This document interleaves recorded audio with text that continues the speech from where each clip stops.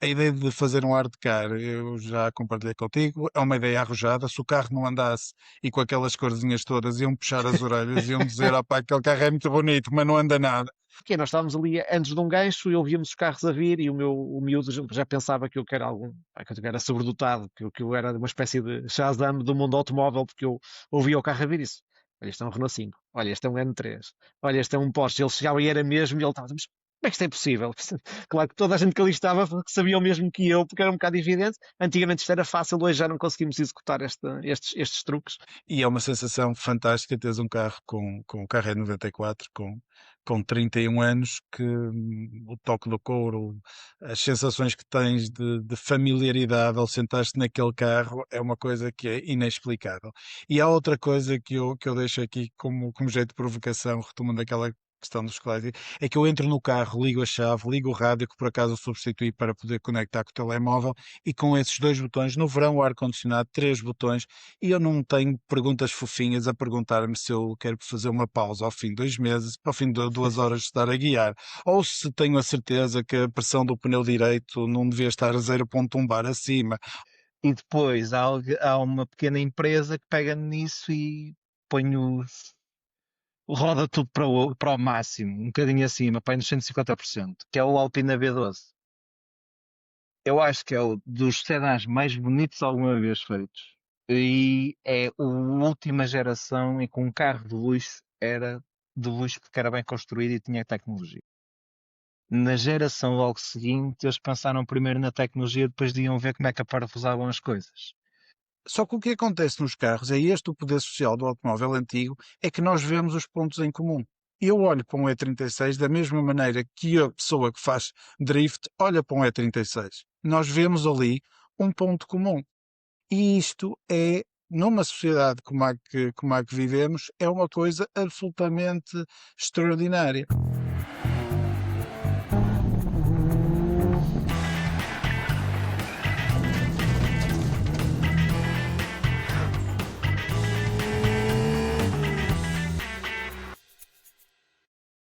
Olá a todos, bem-vindos a mais uma edição do Motorbest em Podcast, quarta edição. Estamos quase a ficar treinados nisto, vamos ganhando um bocadinho de prática, mas para esta edição temos uma situação especial, temos aqui uma baixa. Esta semana o Bruno não se pôde juntar a nós, de maneira que estamos na mesma com o António Almeida, com o João Val, e desta vez arranjamos um convidado especial, que já cá viria parar de qualquer das maneiras, porque ele é um acompanhante do projeto Motorbest desde o início, um amigo e, sobretudo, um campeão nacional. E nós não podíamos perder a oportunidade de ter aqui um campeão nacional, neste caso, em particular, o campeão nacional de clássicos Legend deste ano. Muitos que estejam minimamente atentos ao Instagram ou às redes sociais e às notícias de competição, no Autosport e por aí fora, já se terão familiarizado com o espetacular BMW Art Car. Provavelmente, como muitas vezes acontece, nós vemos os pilotos, ouvimos falar nos nomes, vemos os carros, não conhecemos as caras deles.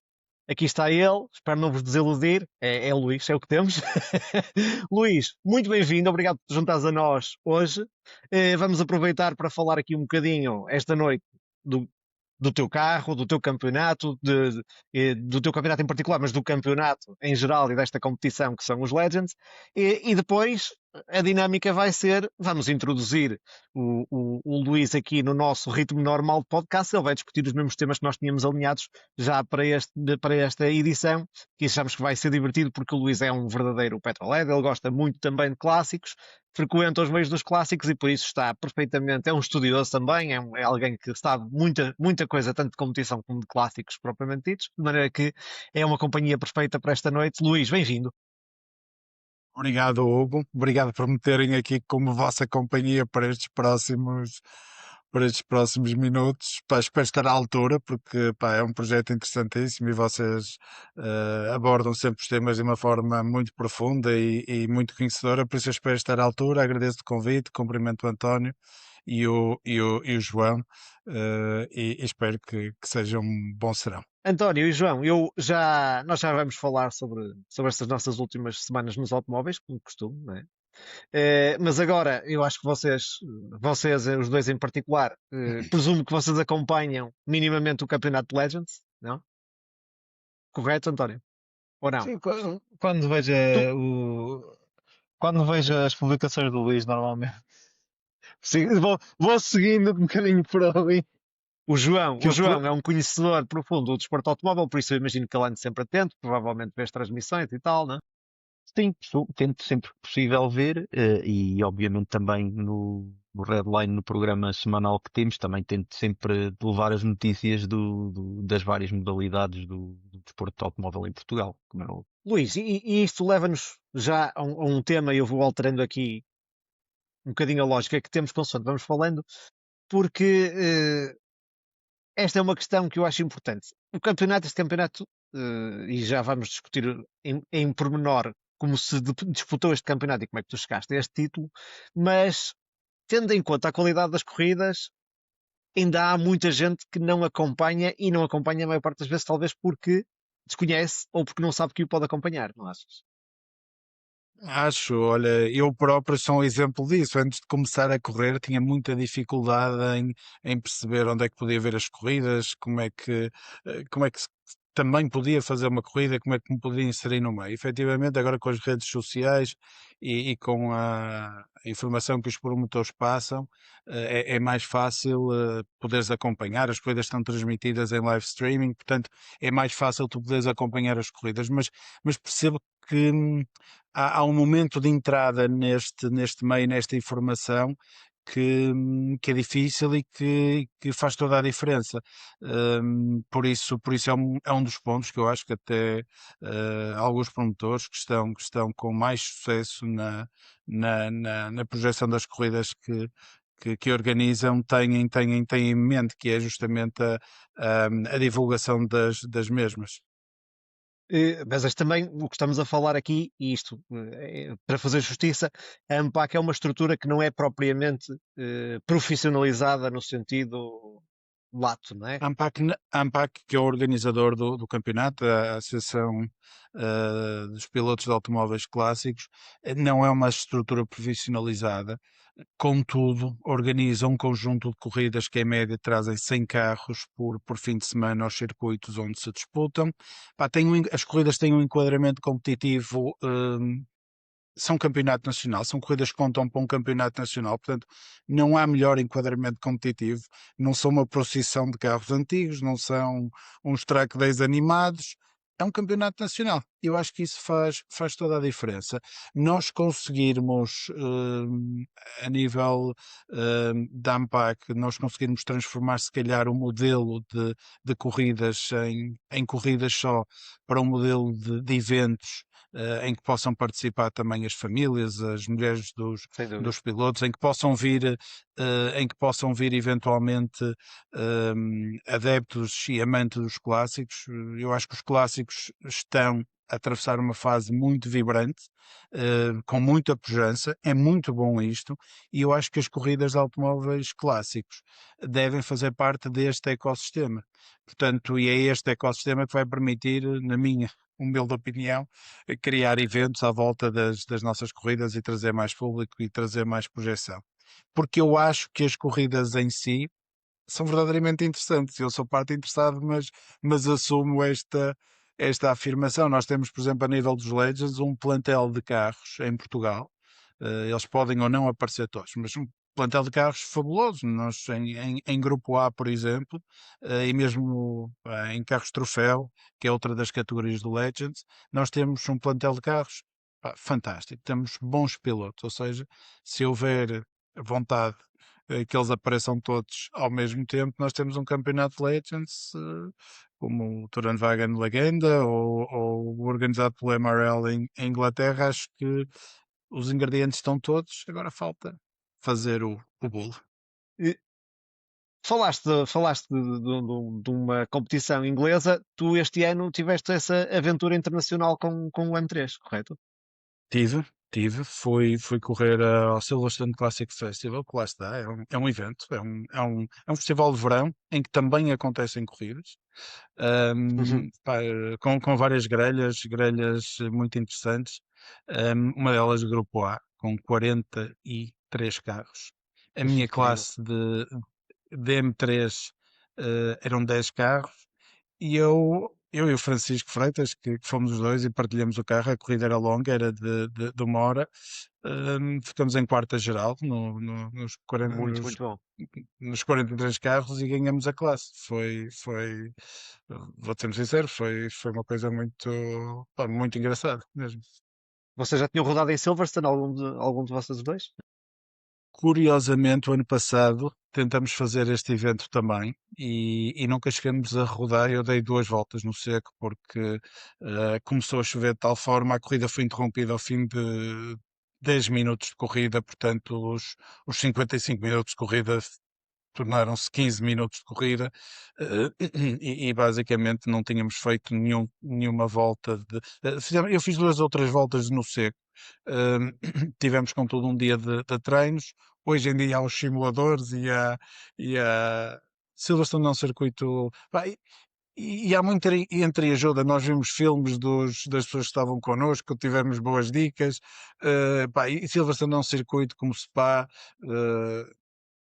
É diferente, não sei explicar. É um circuito largo, amplo, tens um horizonte de visão muito para a frente, portanto, aquilo depois acaba por sair, se calhar, um bocadinho mais fácil do Uhum. que um Estoril, que é um circuito muito técnico, por exemplo, Sim, ou do que Vila Real, que é um circuito citadino e que vai ganhando. Nós corremos em Vila Real também este ano.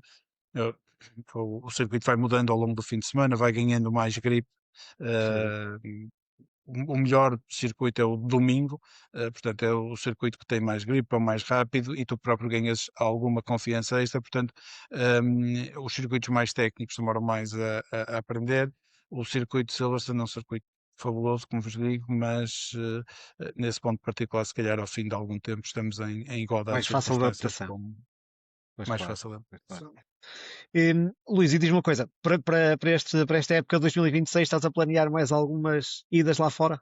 Estou, sinceramente, mas nós este ano vamos ter uma grelha nova de carros de grupo A no Peter Auto. É o primeiro ano e já era previsível. Vou-te ser muito sincero, a minha entrada nestes carros antecedeu um bocadinho a A previsível, tendência, a exato. previsível entrada no Peter Auto.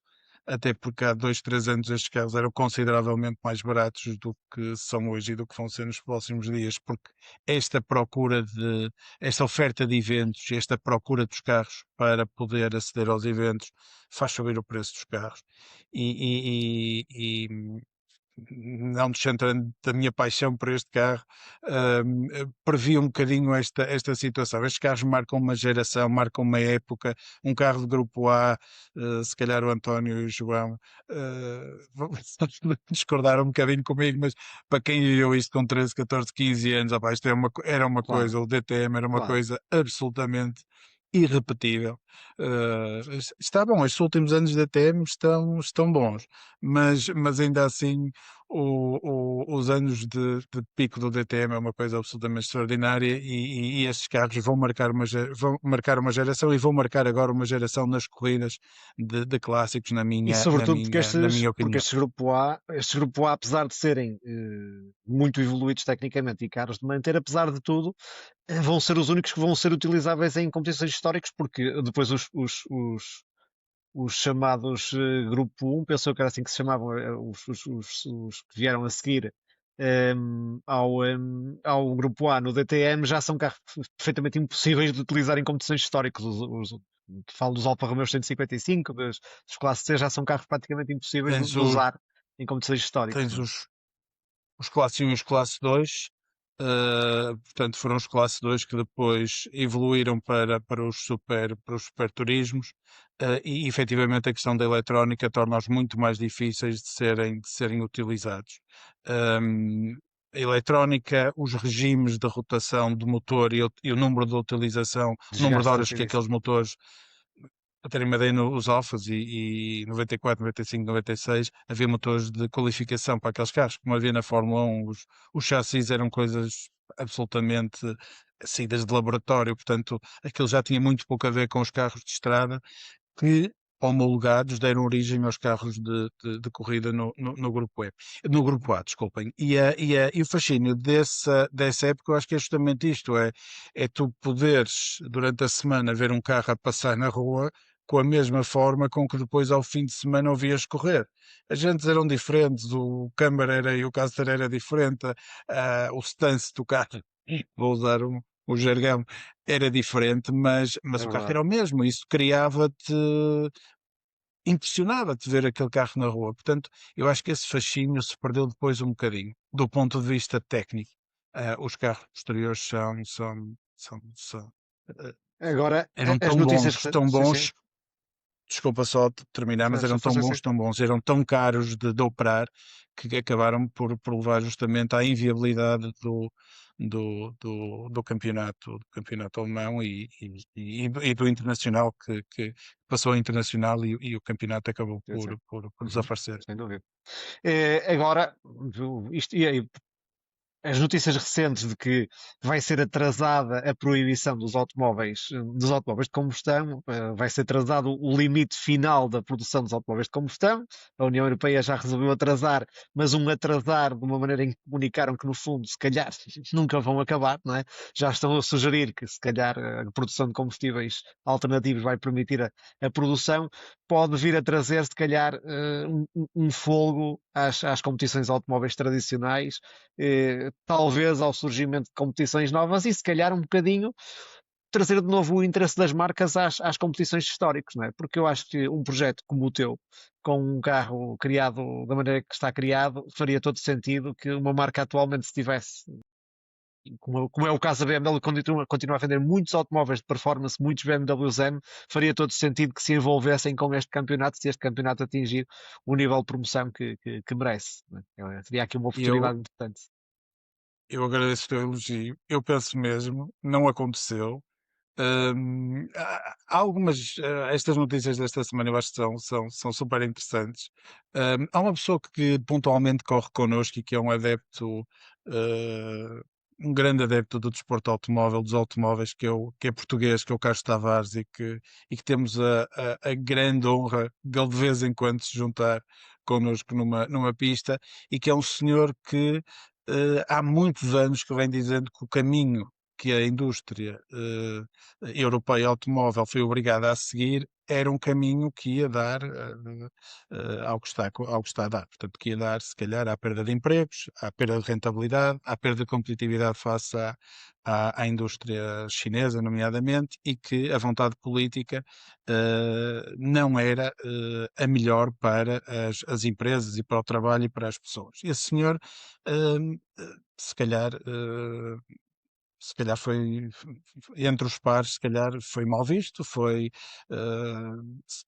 não diria proscrito, porque é uma pessoa com um estatuto absolutamente intocável, mas para mim é o exemplo de alguém que, de viva voz, eh, disse exatamente o que é que ia acontecer, previu o que é que ia acontecer, e que se calhar que se o caminho fosse outro, hoje poderíamos estar todos muito mais felizes, muito mais entusiasmados com os automóveis que víamos na Sim, rua, e se calhar vemos assim uns hipopótamozinhos a é passar como. Isto uma é um episódio volumetria. completamente. Exatamente. Pronto. Isto lá está, era um tema que não estava aqui no alinhamento, mas que faz todo sentido tocar-lhe aqui ao de leve, mas já vamos voltar aqui ao M3, porque efetivamente era daquelas coisas que eu acho que não era preciso alertas. Eu acho que o que ele estava a dizer era a velha história do rei vai nu, porque era perfeitamente óbvio, toda a gente sabia qual era o sentido disto. Isto leva-me muito a questionar. Eu sou, por natureza, alguém completamente contra teorias de conspiração, mas aqui eu acho que quando as coisas são tão óbvias, e este resultado que está a acontecer era tão previsível, e estes adiamentos a 5 anos, quando nós sabemos que os ciclos industriais da produção automóvel funcionam muitas vezes a mais de 5 anos, era é tão obviamente errado que eu me custa acreditar que seja só ignorância. É verdade que muitas vezes os políticos não estão versados nas matérias sobre as quais legislam, mas têm todas as oportunidades de se rodear dos melhores, portanto é muito fácil. Muitas vezes os industriais foram chamados, os patrões da indústria foram chamados e foram consultados, e dessas reuniões saiu nada, saiu uma continuação da mesma trajetória errada. Portanto, eu acho que, para mim, a conveniência que isto traz ao Oriente não pode ser, não pode estar fora da equação. Eu acho que se moveram aqui interesses para que as coisas fossem nesse sentido de alguma forma. Infelizmente, o resultado é o que se vê com ondas de E choque se que se me, vão prolongar. e se me permite o desapego emocional ao automóvel, porque o automóvel, numa geração anterior, era um, era um símbolo de grande, não era um símbolo de status, era um símbolo de prazer, quer o tivesses Liberdade? tu, quer fosses tu liberdade, prazer, ou seja, quer fosses tu o, o, o owner, o dono do carro, ou quer fosses tu a ver passar o carro, a ver correr o carro. E é aqui que entra um bocadinho a questão das corridas e o Win on Sunday, Sell on Monday, aquele ditado muito, muito antigo, e que foi um adágio que durante anos e anos e anos fez a indústria automóvel e que a partir da altura ninguém vai para correr carros de 3 toneladas com alturas e volumetrias pá, que não fazem sentido, que não dão corridas de jeito. Claro, claro. Não dá, mas, mas Sobretudo eu isso é acho certamente para outro. mas eu acho que há aqui uma coisa interessante a propósito disto, que eu acho que é quando as pessoas dizem que eh, e toda esta legislação e este momento provocou aqui efetivamente algum desapego de gerações mais jovens em relação ao automóvel, mas quando nós estamos a falar deste desapego, eh, eu acho que ele existe em condições muito particulares, porque qualquer jovem que tenha realmente alguma sede de conhecer o mundo e de ser efetivamente livre, há coisas que tu só podes fazer de automóvel. Não é? Não há qualquer hipótese, mas sejas um grande aventureiro que vai de bicicleta pelo mundo fora, ou que vai a pé, mas tu não consegues conhecer profundamente o mundo e conhecer profundamente um país que visites se tu não dependeres do automóvel. Portanto, eu acho que ninguém pode, em circunstâncias normais, ser amigo e inimigo do automóvel, a menos que seja doutrinado nesse sentido. E nós vemos muitas vezes pessoas diabolizarem o automóvel e depois eu tenho, há casos, eu convivo com uma pessoa, uma pessoa bastante célebre que subscreveu um documento que foi lançado agora aqui por um movimento de jovens, um movimento contra os combustíveis fósseis, mas nós vemos as pessoas que subscrevem e depois vemos a realidade da vida delas e vai completamente em sentido contrário àquilo que apregoam e infelizmente é assim que estes movimentos se geram. Mas eu não queria não queria desviar-me demasiado aqui do teu carro. Antes de mais, um, falar terminar de falar do teu campeonato e falar do teu carro em particular. Eh, para que se perceba, este carro é o teu segundo M3 do Grupo A, é um 2500, o teu anterior era um 2300. Na estrada, a diferença de um 2300 para um Sport Evolution é considerável, mas nas pistas é muito maior a diferença, não é? Que tu sentiste um salto grande de performance ou simplesmente do carro funcionar melhor? Como é que foi essa evolução do 2.3 para o 2.5? Dá-nos esse feedback, nós que não conseguimos, nunca teremos a ambição de concretizar essas sensações. Eu percebo-vos, mas eu vou ajudar. A base do carro e as sensações do carro são as mesmas. O meu anterior carro tinha uma especificação de 88, portanto, uma especificação inicial, e era claramente um carro cansado. Tinha feito 7 ou 8 anos de corridas no centro da Europa. Eu comprei como o meu primeiro carro para me adaptar ao carro. A dada altura, percebemos que o carro tinha de fazer alguns upgrades, tinha de tirar alguns pontos de ferrugem, as suspensões eram as suspensões do grupo N, portanto muito, muito, muito pouco evoluídas, e optei não por gastar todo esse dinheiro a fazer os upgrades ao carro, mas por comprar um carro novo. Um carro que foi construído cá em Portugal, por uma pessoa do norte de Portugal, o Pedro Fernandes, que é uma pessoa com uma cultura e um know-how enorme nesta área dos carros do Grupo A, dos superturismos, BMW.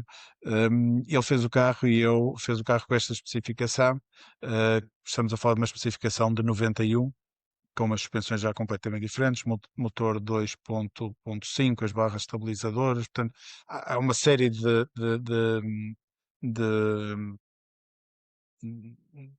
upgrades que o carro tem e que permitem ser bastante mais competitivo.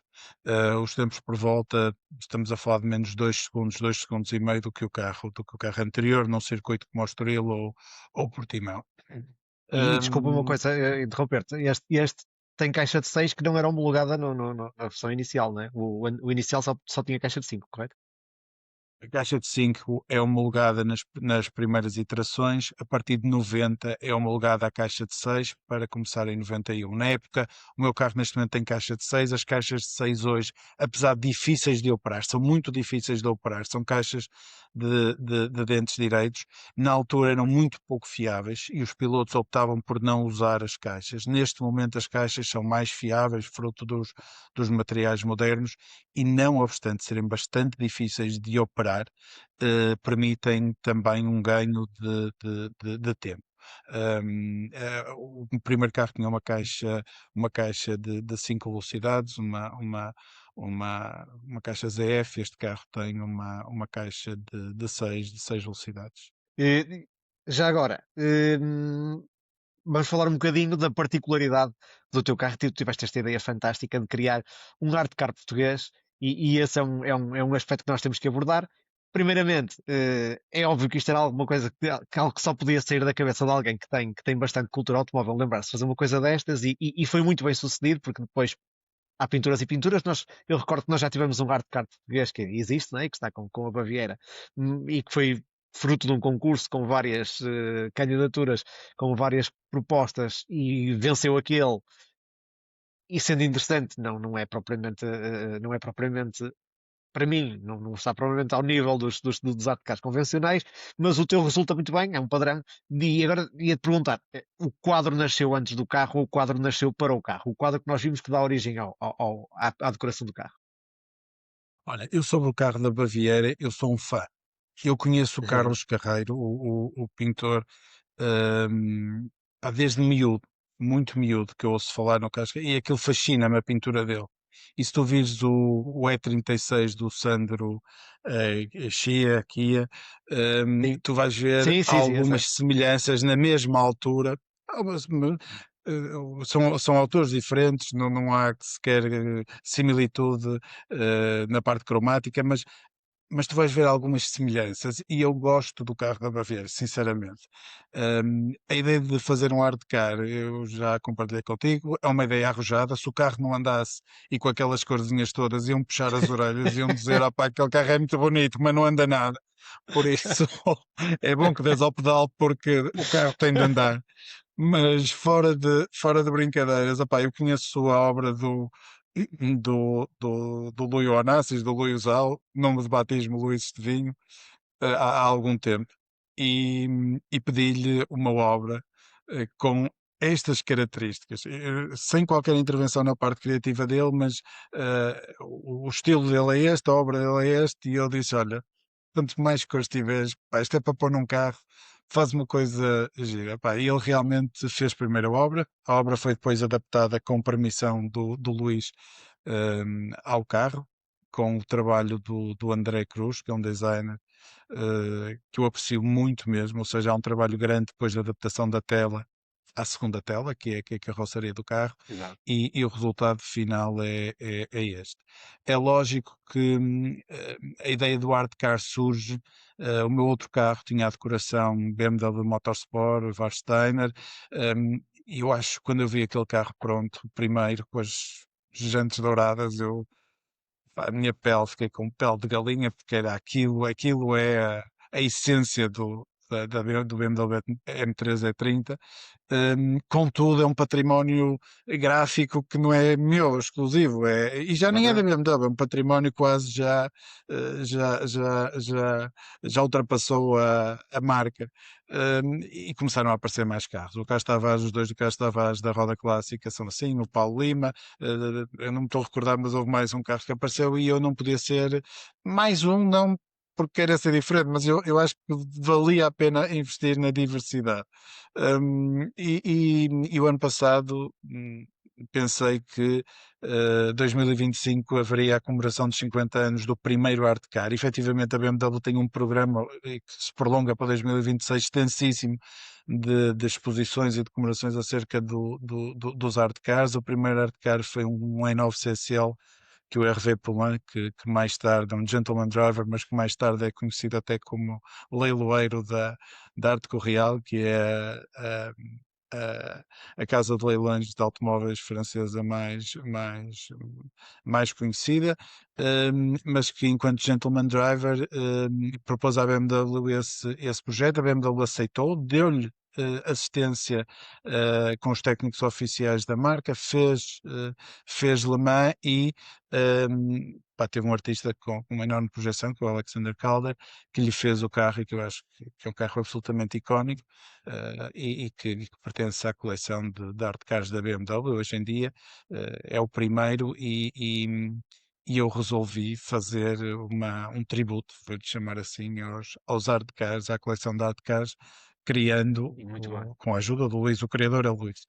E eu sou o dono da ideia, mas o Luís Onassis é que é o verdadeiro criador da obra. Portanto, criar um Excelente. tributo e uma decoração O que timing ainda por cima foi fantástico. Nos 50 anos do Art Car, nos 40 anos do M3, porque o M3 é apresentado, apesar de não ter saído para o mercado em 85 praticamente, mas é apresentado em 85, portanto o timing foi absolutamente perfeito e os meus parabéns por isso.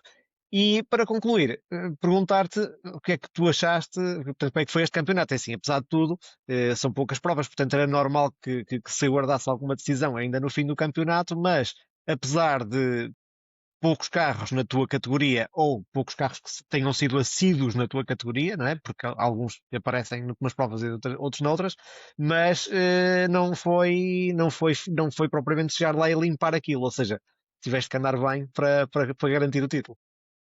eu, na véspera das duas últimas corridas, estive a ver a coisa muito mal parada, porque nós a última corrida, as últimas duas corridas têm uma majoração de 50% nos pontos, portanto nada está decidido antes da última corrida, e eu tive no qualificação um problema mecânico e nós tivemos, nós não, a Curated e os técnicos da Curated tiveram até à meia-noite com frio de rachar a tentar encontrar o problema que estava no eixo traseiro e na travagem e que bloqueava o eixo traseiro, a tentar encontrar a causa desse problema. Conseguimos resolver. A primeira corrida correu bem, ganhamos a corrida e depois na segunda eu queria tanto que chovesse, que resolvi ir para a pista de pneus de chuva, mas o que eu quero Muito bem. ainda não se cumpre, por isso não choveu e eu andei muito devagar, ao ponto de vir trocar os pneus, mas com a vitória na primeira corrida conseguimos ganhar o campeonato. As outras corridas foram corridas competitivas. Eu optei, ao ter um carro de 91, só para enquadrar as pessoas no Campeonato Nacional de Velocidade Legends, há três classes principais. A classe Trophy, onde correm carros que participaram em troféus monomarca. Há os L90, que são carros com ficha de homologação entre 1982 e 1990, e há depois os L99, com carros que tiveram fichas de homologação e que correram entre 91 e 99. A classe com mais concorrentes é justamente a L99, onde eu, com o M3E30, pode correr nas duas classes, dependendo da especificação. O meu está pela ficha de homologação pelos anexos de 91, com especificação de 91. Faltam-lhe umas coisinhas, umas evoluções para ser um carro de última iteração, de 92, nomeadamente a nível da admissão. Mas dentro da classe 91 sendo um carro 91, é um carro L99, e L99 é a classe mais concorrida.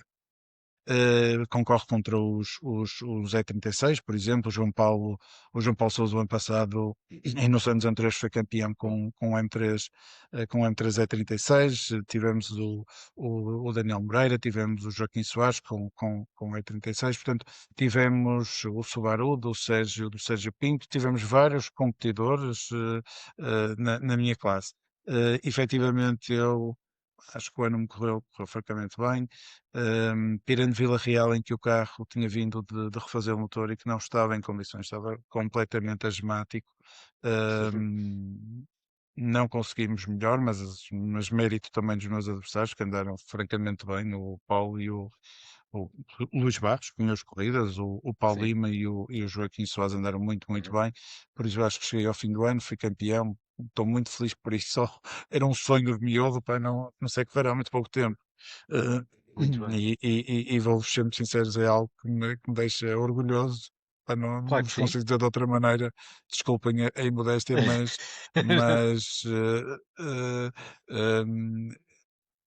o Depois ano de chegou ao ganhar fim, ficou é-te tudo bastante bem. permitido isso. Pronto, obrigado. Acho que é Desculpem, merecido algum desculpem, direito não. ao... Muito bem, muito bem. Mas Muitos parabéns, muitos parabéns. E da tua vida vou passar para vidas menos excitantes, que são as nossas. E bem, perguntar aqui aos meus amigos, como sempre, António e João. Vamos começar desta vez, vamos começar aqui pelo António. António, nestas 2 semanas que passaram desde a nossa última conversa, passaram um bocadinho mais, porque nós desta vez adiamos até aqui fizemos aqui um compasso de espera por causa da ausência do Bruno e porque aproveitamos para incluir um convidado. Por isso, António, diz-me nestes tempos, o que é que fizeste com carros? Se é que fizeste alguma coisa, se houve aqui tempo para alguma atividade com os Ou teus carros. foi uma coisita assim um bocadinho marcada em cima do jogo, como todos os bons passeios que às vezes se dão. Tive um telefonema de um amigo num sábado para irmos no domingo dar uma volta de manhã. E por acaso já há muito tempo que não fazia algo assim e vale sempre muito a pena. Foi dar um bocadinho de seguimento da conversa que tivemos no último podcast em relação às nossas estradas, em relação às nossas paisagens.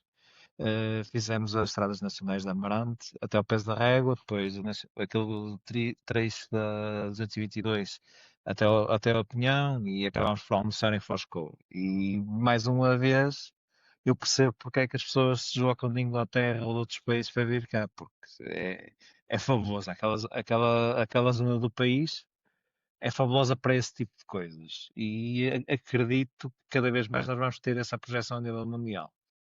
Sem De dúvida. resto, foi o ponto alto Portanto, destas duas últimas foi um semanas. pouco a estreia do E39 nessas leads. Foi, e eu meti-me logo com artilharia pesada, que Pois, era pois foi, a pois foi. pessoa a pessoa com menos experiência e no carro mais velho. Mas pronto, não teve muito mal. Portou-se bem, não é? Portou-se à Portou-se altura. bem, portou-se bem. João, e tu? Como é que foram estes Olha, dias?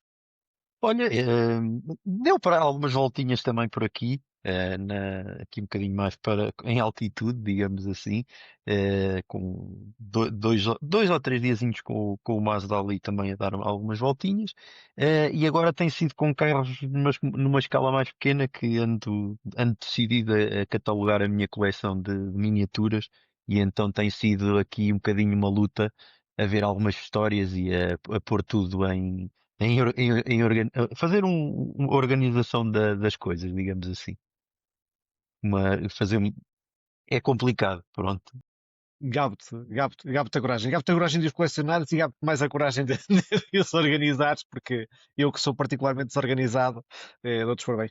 Já agora, e tu, Luís, desde que acabou o campeonato, tens tido tempo para te dedicar aos carros ou não?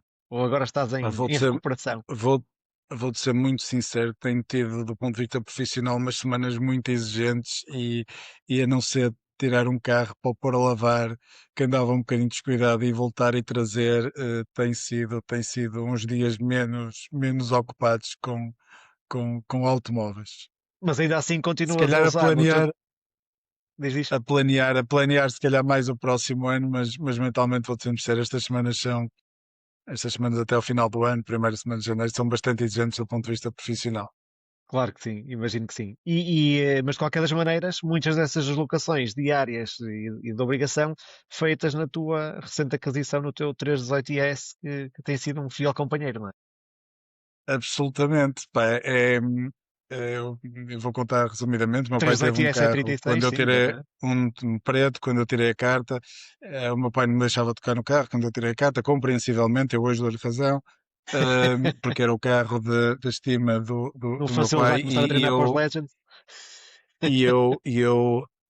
exatamente, e eu em janeiro, na primeira semana de janeiro, vejo um anúncio no Facebook, antes de dormir, e digo, Luís, pá, esquece, mais um, pá, não vai dormir. Quando acordo de manhã tenho dois amigos a dizerem-me, já viste este carro, onde ele está, até está aqui à minha frente, já viste este carro? E eu digo, pá, pronto, está destinado para mim. Ligo ao senhor, digo, olha, se fosse um 325 eu nem queria, mas um 318S era o carro do meu pai. vou ver o carro era o carro Correspondia, de né? um único dono, com 54 mil quilómetros e não, não consegui. Tem sido uma experiência do ponto de vista do utilizador. Foi o carro com que mais quilómetros fiz este ano, 18 mil quilómetros. Portanto, ando com ele numa base diária e é uma sensação fantástica teres um carro com o carro é 94, com 31 anos, que o toque do couro, as sensações que tens de familiaridade ao sentar-te naquele carro é uma coisa que é inexplicável. E há outra coisa que eu deixo aqui como jeito de provocação, retomando aquela questão dos clássicos, é que eu entro no carro, ligo a chave, ligo o rádio, que por acaso substituí para poder conectar com o telemóvel, e com esses dois botões, no verão o ar-condicionado, três botões, e eu não tenho perguntas fofinhas a perguntar-me se eu quero fazer uma pausa ao fim de 2 meses, ao fim de 2 horas de estar a guiar, ou se tenho a certeza que a pressão do pneu direito não devia estar a 0,1 bar acima, ou isso. Não, dá-me uma possibilidade de me abstrair e de me concentrar única e exclusivamente na condução, que não, não vos sei dizer, mas para mim é Permite fantástico. coisas audazes e desmioladas, como mudar de faixa sem nada de tremer nas mãos, não é? Pá, coisas É desse género, são exatamente uma isso, é maluqueira. Como é exatamente que é isso, uma possível? Como maluca, é que uma loucura. coisa tão perigosa? É, mas eu aproveito o modo também para dizer que pá, falar destas semanas, hum, eu recebi um convite para ir ao mesmo passeio que tu foste com o teu E39, António. Não pude, recusei porque já estava marcado para o dia a seguir um passeio entre amigos que no fundo era uma comemoração do aniversário de um amigo, era o pretexto, fomos dar uma volta, fomos mais para as estradas ali de Alvarenga, Castelo de Paiva, divertimos bastante. Era um passeio, mais uma vez, que me acontece frequentemente, não é essa a ideia, mas acabou por ser quase tudo MX5, porque toda a gente tem um MX5, e então éramos todos vários MX5 e pelo meio um Alpina A110 só para estragar tudo e para mostrar que os nossos carros não andam nada. Mas pronto, foi muito divertido, já tinha muitas saudades de fazer uma coisa destas. Aliás, eu devo dizer e vou confessar, eu até devia partilhar no vídeo para uma espécie de autoflagelação, partilhar no vídeo daqui do podcast uma imagem que eu fiz quando fui buscar o meu MX5. Ele estava parado no espelho, eu tirei uma fotografia em que ele estava todo branco por dentro, estava completamente cheio de musgo, e o carro estava cheio de umidade e faço aqui a minha penitência, significa que o carro já não andava realmente há muito tempo. Está numa garagem um bocadinho úmida, portanto, um exemplo daquilo que não se deve fazer. E pronto, mas uma vez mais é um testemunho do que, o que são estes carros, não é? Passei um paninho, meti gasolina, vi os níveis, estava tudo em ordem, e no dia a seguir lá fomos dar gás e fazer disparates, e depois levei o miúdo exige sempre que eu faça um peão ou outro, claro, em sítios seguros, fora da via pública, e pronto, e de maneira que o carro estava pronto para os maus tratos e correu tudo muito bem. Ainda a propósito desta coisa do miúdo, e lembrou-me um assunto que já tinha acontecido antes da anterior edição do podcast, mas eu não mencionei, e que foi uma coisa engraçada, uma experiência. Pois esta coisa do miúdo, de facto, é uma desculpa para nós fazermos coisas de novo, não é? Coisas que já fizemos montes de vezes, mas é sempre novo quando nós fazemos com o filho. E então eu fui àquele rally histórico, àquele rally FIA histórico de Faf, que foi muito engraçado. Vá lá, aquilo teria 12, 13 carros históricos interessantes, depois tinha alguns suspeitos do costume, e depois tinha o campeonato, agora Campeonato do Norte, acho que é assim que se chama, que acompanhava o Rally, portanto o resto era para completar calendário. Mas foi muito giro porque levei-o, ele tem 6 anos neste momento. Eu lembro que o meu primeiro rally eu tinha 7 anos, fui com o meu pai. Quando o meu pai foi fazer as comunicações, o meu pai era um fanático da banda do Cidadão, e então foi cravado, entre aspas, pelo Targa Clube para fazer a comunicação entre prós no Rally Salpete, e foi o primeiro rally que eu vi. E acho que, não sei se já falei nisso, mas o primeiro carro rally que eu vi na minha vida foi um Renault 5, o Renault 5 Turbo Tour de Corse do Joaquim Moutinho, aquilo marcou-me imenso. Fomos ao Rally, estava um Renault 5 Turbo em prova também. Portanto, foi giro, vimos uma classificativa, basicamente depois fomos comer. Mas aquilo para ele ele ficou de barriga cheia, ele nunca tinha ido ver um Rally e aquilo foi fantástico. E depois é aquela coisa que nós estávamos ali perto de um gancho, para ele aquilo foi tudo muito surpreendente, ele não estava à espera daquilo, ver carros logo ali quase a cair do morro abaixo, umas atravessadelas, umas coisas engraçadas. E depois, claro, a grande piada de ver rallies históricos, e isto é uma grande diferença para aquilo que é ir ver um rally. Eu adoro ir ver rallies e continuo a achar que os rallies são talvez a mais espetacular e a mais popular manifestação de desporto automóvel, porque a pessoa está ali, não é? Ninguém paga nada, estamos todos a monte, a certa altura estamos a conversar com pessoas que não conhecemos de lado nenhum, estamos a comentar o erro que o piloto cometeu, e criam-se ali conversas interessantes. E também o aspecto engraçado que é, nós estávamos ali antes de um gancho e ouvíamos os carros a vir e o miúdo já pensava que eu era que eu era sobredotado, que eu era uma espécie de Shazam do mundo automóvel, porque eu ouvia o carro a vir isso. Olha, este é um Renault 5. Olha, este é um N3. Olha, este é um Porsche. Ele chegava e era mesmo, e ele estava, mas como é que isto é possível? Claro que toda a gente que ali estava sabia o mesmo que eu, porque era um bocado evidente. Antigamente isto era fácil, hoje já não conseguimos executar estes truques. Mas pronto, ele ficou bastante impressionado e é bom que ele pense que o pai que sabe mais que os outros, mas não sei. Era óbvio, era fácil, mas foi muito giro, foi uma experiência muito engraçada. E de resto, pronto, não houve assim tempo para muito mais. Devo dizer que, pronto, concretizou-se, como eu dizia, despedi-me do meu 124. Neste momento moro algures ali no Parque das Nações, portanto fez uma viagem, fez bem a viagem para baixo, despedimos-nos e pronto, acabou aqui uma relação bonita, pai, de 7 ou 8 anos. Foi muito bom. Hum, falando aqui de coisas de carros antigos e falando também deste momento em particular, eu partilhei convosco que gostaria que nós comentássemos aqui um bocadinho eh, este estudo fantástico feito pela Federação. É uma coisa que nos falta, já falamos disto também aqui, nos falta uma federação de clubes de automóveis históricos em Portugal. Acho honestamente que isso nunca vai acontecer, embora eu nunca deixe de falar disso e sempre me baterei para que isso exista, mas acho que nunca vai acontecer. Mas em Inglaterra, um país com. Aliás, não é Inglaterra, neste caso é Reino Unido, portanto, uma escala maior, em que isto é mais importante, em que há mais clubes, e conseguiram esta coesão de fazer uma federação, e a federação prova a cada 5 anos porque é que ela é muito importante, porque lá está, permite aglomerar os dados de todos os clubes, dar um número a tudo o que acontece no mundo dos automóveis antigos, para já quantificar quantos são os entusiastas e depois fazer a cada 5 anos este inquérito fantástico que eles fazem, que permite tirar uma radiografia muito exata ao mundo dos automóveis antigos, que no fundo permite alguma extrapolação para o que é o mercado dos automóveis antigos, o mercado, não, a realidade dos automóveis antigos, quer do ponto de vista do entusiasta, como do ponto de vista dos profissionais, e que sabendo nós que Inglaterra em particular, mas todos os países do Reino Unido têm uma dinâmica muito grande, não deixa de se poder tirar dali algumas conclusões muito claras sobre o que é a utilização do automóvel antigo e porque é que este meio de facto merecia ser mais bem tratado pelo poder político e também pela sociedade no geral. Uma das coisas que se realça daquele estudo, eles inquiriram, e para se perceber que isto não é uma amostra pequenina, eles inquiriram, se eu não me engano, 16 mil pessoas, exatamente, foram 16 mil pessoas inquiridas. Estas 16 mil pessoas têm entre si 24 mil automóveis e um total de 32 mil veículos históricos, portanto, inclui as motas. Nas motas é normal muitos colecionadores terem 5, 6, 10 motas, portanto, daí essa diferença.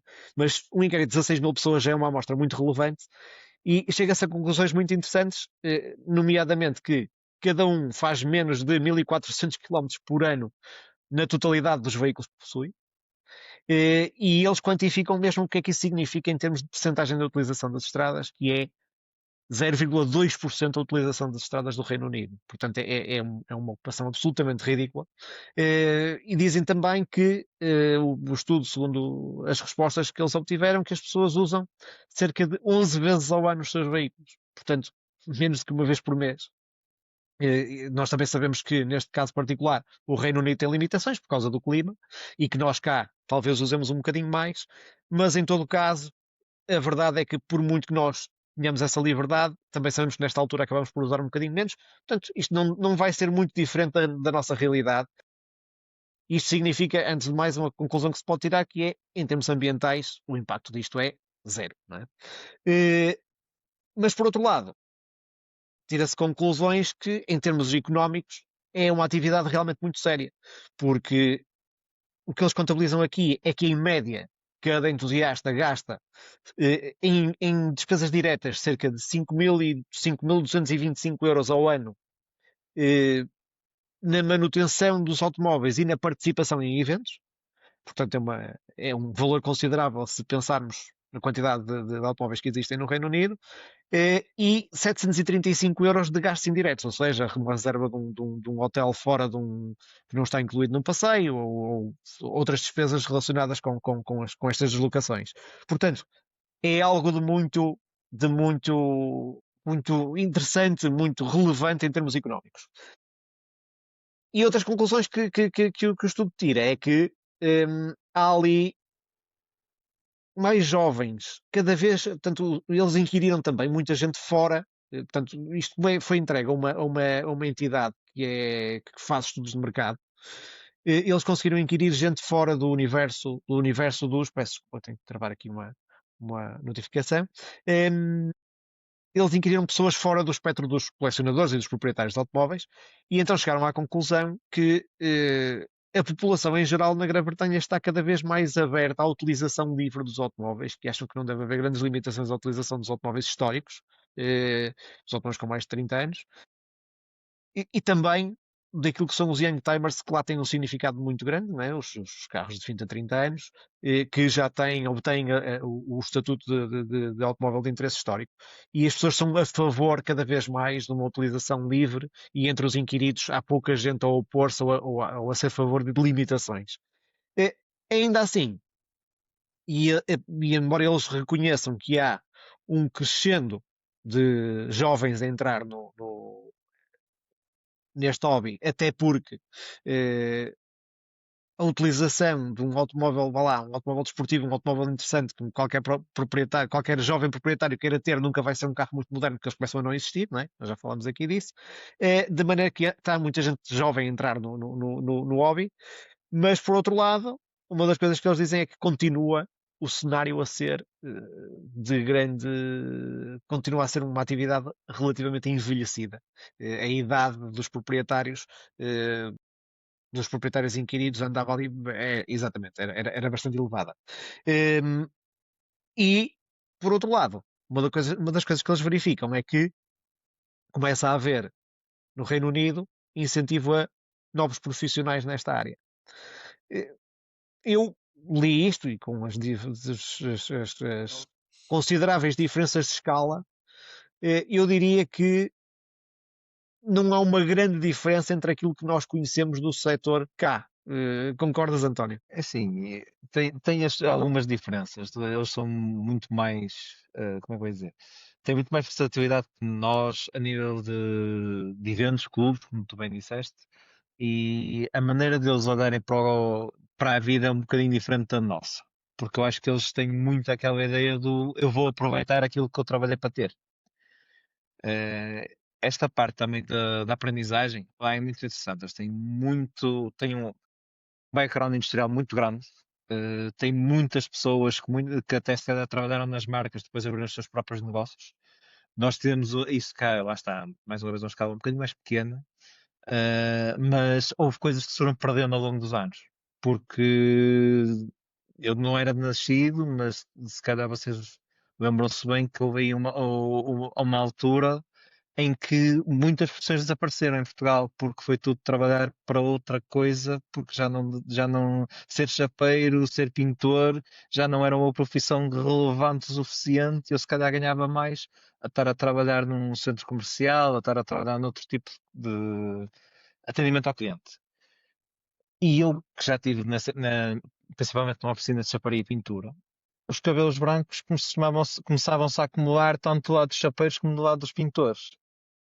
E as pessoas novas a entrar, se calhar entravam três ou quatro e ficavam ao fim de uns anos. A taxa de reposição não era assim muito grande, apesar dos ordenados começarem a subir, porque era um trabalho duro, mas era um trabalho que era preciso e cada vez menos tínhamos bons profissionais na área.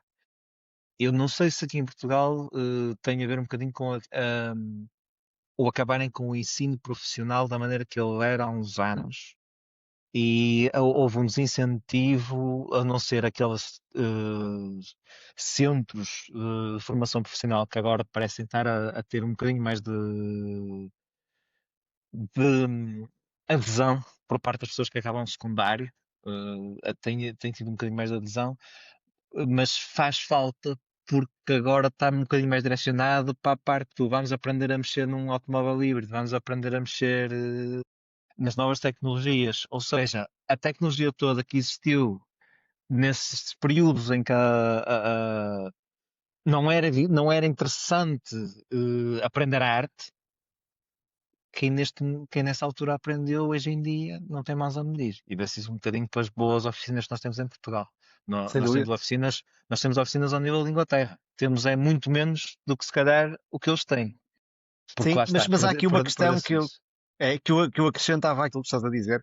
Eu tive uma conversa aqui há algum tempo com o Amadeu, que dirige o Museu Automóvel Famalicão e o Clube Famalicão, Amadeu Sousa e Melo, e ele falava-me eles têm um protocolo com portanto, têm uma ligação, penso que é mais do que um protocolo, é uma colaboração com uma escola profissional do local e eles fazem cursos de restauro. E então eles dizem que o difícil não é captar aluno.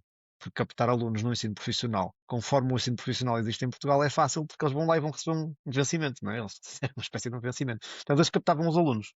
Depois desses alunos, vamos imaginar que em 100 havia, vá lá, 8 que até gostavam daquilo. Desses 8, 5 mostravam capacidades. Desses 5, poderia ficar na área, porque depois o que eles ainda achavam interessante é que alguns até adquiriam estas competências, mas depois, quando chegava a hora de entrar no mercado de trabalho, iam ganhar naturalmente um ordenado relativamente baixo quando começam a profissão, não é? E não percebiam o potencial que havia em aprender aquela área e o quão rápido eles podiam progredir naquela área por causa da escassez de matéria de mão de obra. E então automaticamente decidem ir logo para fora, trabalhar numa profissão indiferenciada qualquer, porque nominalmente vão ganhar mais. Pois não se traduz necessariamente em melhor nível de vida, e além do sacrifício de irem para o estrangeiro. Mas diz que a captação acabava por ser muito difícil por uma questão de mentalidade e também por uma questão, talvez, deles já estarem numa geração. Talvez os pais deles também já não sejam capazes de, em muitos casos, orientá-los nesse sentido e fazê-los perceber que há uma curva que é preciso fazer, uma curva de crescimento profissional. Mas, Luís, eu falava contigo, e aqui faço esta pergunta a ti, porque nós somos praticamente da mesma idade, diferimos aqui um mês ou dois, mas Obrigado. esta realidade. Estás-me a chamar velho. Muito Obrigado, bem, estás-me a chamar velho. exatamente, é exatamente. A mim não, a Estás-me a mim não. chamar velho. Estou muito bem. Estou a gozar contigo. Mas a verdade é que nós, não é, que estamos nesta bonita idade, nós ainda assim notamos que neste meio, muitas vezes quando vamos a eventos ainda somos a malta nova. Isso em Portugal tem sido, tem vindo a ser corrigido, mas ainda acontece que nós irmos a eventos e a média de idade ser muito superior à nossa. Sabes que eu vou alegremente discordar contigo. E vou Ótimo. porque eu li o. Isto é bom discordar de vez em quando. Eu gostei muito do estudo. Eu li o estudo e curiosamente sabia que vocês iam abordar um bocadinho mais estas questões profissionais, o impacto económico, o impacto ambiental. E há aqui duas coisas que me chamaram muito a atenção. Foi a primeira vez que o estudo abordou o papel dos young timers, ou seja, dos carros pré-clássicos. Hum, os, os, hum, o papel que têm os youngtimers como porta de entrada para o mundo dos clássicos ficou demonstrada no estudo. Não só pela questão do preço, terem preços tendencialmente mais baixos que os clássicos, como também pela identificação da geração mais nova com os youngtimers. Ou seja, os carros que a geração dos 25, 34 via na sua juventude são youngtimers e são esses carros em que se revêem. Curiosamente, há um elogio muito grande à faixa etária mais nova.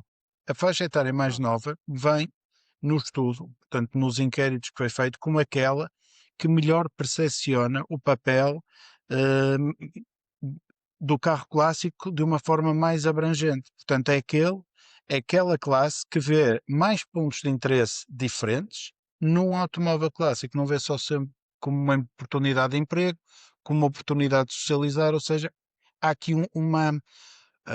têm se calhar um horizonte e uma vivência e um entusiasmo pelos carros que se calhar na nossa idade e um bocadinho nas idades mais à frente perderam. E eu acho que isso é o maior elogio que podemos fazer às faixas etárias mais novas. Se nós transportarmos isto para Portugal, bem, eu há bocado disse, os cascos clássicos estão a viver um momento particularmente vibrante e pujante. Eu acho que é esta classe mais jovem que nós devemos esse momento. Não só pelas pessoas que ocuparam determinadas posições nos clubes, nas redes sociais, em, até em termos organizativos, em entidades oficiais, como também à própria vontade dessas pessoas em participarem e em fazerem parte das comunidades. Portanto, este para mim é um dos pontos que eu retive do estudo e fica o meu elogio também a essa faixa etária mais nova que no estudo é caracterizado como dos 25 aos 34, mas curiosamente eu acho que começa um bocadinho mais cedo e começa com os entusiastas, com os miúdos entusiastas de 16, 17, 18 anos e que depois às vezes o primeiro carro que têm até é um youngtimer, até é um carro mais velho, mas que eles o percepcionam Claro. e bem como o primeiro carro deles e um pré-clássico ou um clássico, um carro com valor emocional. Esta é a primeira questão. A segunda questão, que é um bocadinho mais intangível, mas que eu retive, foi o papel social do carro, num mundo extremamente bipolarizado. E eu peguei um bocadinho no meu E36, que há bocado falávamos no 308S, e há muita gente que faz drift, faz tuning com o E36. E eu podia basicamente dizer assim: não, eu detesto o que tu fazes com o carro, porque eu sou uma pessoa que privilegia a originalidade do carro e privilegia a experiência de andar com um carro que eu sinto como um carro novo 30 anos depois. Esta é a hipótese da bipolaridade. Só que o que acontece nos carros, é este o poder social do automóvel antigo, é que nós vemos os pontos em comum. Eu olho para um E36 da mesma maneira que a pessoa que faz drift olha para um E36. Nós vemos ali um ponto comum. E isto é, numa sociedade como a que vivemos, é uma coisa absolutamente extraordinária. O papel depois da criação das comunidades vem até uma referência a questões de isolamento, de saúde mental, Claro. de criação de comunidade, de vivência social. Vem um ou dois parágrafos sobre isso. E eu retive isso. E eu acho que, mais uma vez, o impacto económico para os decisores políticos, as questões ambientais são de primeira água, absolutamente, mas depois vemos aqui, quer nas gerações mais novas e no apreço que elas têm pelos automóveis, quer nesta parte mais social, especialmente no mundo, como vos digo, em que ou é preto ou é branco, ou eu gosto ou eu não gosto, ou eu sou deste partido ou sou daquele partido, em que nós conseguimos olhar para as coisas de uma forma, ver pontos comuns, ver gostos comuns, mesmo que depois o nosso objeto o objeto de interesse é o mesmo, mesmo que a nossa expressão pelo objeto de interesse seja diferente. Eu acho que isso foi uma das coisas que eu também retive do estudo. Sem dúvida. Eu recordo uma vez escrevi um editorial na Top Clássicos, opá, que foi uma daquelas coisas que acontecem. Pois, há momentos que nos inspiram desse tipo de pensamentos. Lembro de uma vez a chegar aqui, a sair para a rotunda do Carvalhido, e a certa altura, pá, vinha um carro de dia a dia, já não me lembro qual era na altura, e vem ouço um carro a fazer pá, as reduções ponta tacão perfeitas, pá, vai, não vai, assim, pá, mas que é isto? Eu olho, e era um Honda Civic, pá, o rapaz vinha a travar para entrar outra vez para a VCI, o carro todo levantado de traseira, tinha umas barras pintadas de roxo, as jantes eram verde fluorescente, epá, o carro era tudo aquilo que eu não gosto, mas eu pensei, pá, este tipo sabe o que está a fazer, ele guia, ele gosta realmente disto, pá, o tipo, a forma como alguém guia diz muito sobre o que é que vai naquela cabeça, e eu disse, isto é admirável, ele proporcionou-me ali um momento de prazer, adorei vê-lo entrar na curva, fazer aquilo, executar um bom ponto de atacão, e é isso. Ou seja, há ali muito mais em comum entre nós do que, não é? Nós temos a tendência de criticar as expressões do costume, é pá, parola e não sei o que, não sei o que mais. Pá, não, é assim, antes de mais, nós não podemos ser, por muito que nós gostemos de coisas estratosféricas ou refinadas ou esquisitas, eu posso gostar de um Alfa Romeo dos anos 60 ou de uma coisa qualquer, mas estou muito mais próximo daquela pessoa do que de um cidadão comum que não liga nenhum automóveis. E esta capacidade de unir é aquilo que as comunidades e que os clubes têm que conseguir fazer de alguma maneira. E eu falei aqui, salvo erro na edição anterior, posso uma frase que havia no site da FIVA, escrita por um anterior presidente, em que ele dizia precisamente isso, que é se alguém aparece com um automóvel que é dissonante daquilo que nós achamos que deve ser um automóvel histórico, nós não vamos afastar esta pessoa. Antes de mais, vamos aproximá-la e depois fazemos aqui uma evangelização e mostrar porque é que se calhar faz mais sentido ter um carro de outra maneira para poder beneficiar de certos privilégios que os automóveis históricos beneficiam, mas isso não quer dizer que aquela pessoa não entre na nossa comunidade e não se integre, e portanto isso é de facto um dos mais importantes ensinamentos. João, eu tinha uma questão para ti acerca disto, e agora perdi-me um bocadinho com esta divagação, mas já sei qual é onde é que eu ia chegar, que é, apesar de tudo, ehm, nós, em relação aos britânicos, ainda beneficiamos um bocadinho de um custo do hobby bastante menor. Portanto, nós conseguimos, se calhar, fazer estes mesmos quilómetros, usufruir do automóvel, se calhar, mais, com custos muito menores. E isto, apesar de tudo, não sabemos de que maneira é que isto se traduz no tamanho do nosso movimento, mas nós ainda somos uns privilegiados em relação a eles quando vemos os custos que eles têm com a manutenção dos seus clássicos. Sim, sem dúvida.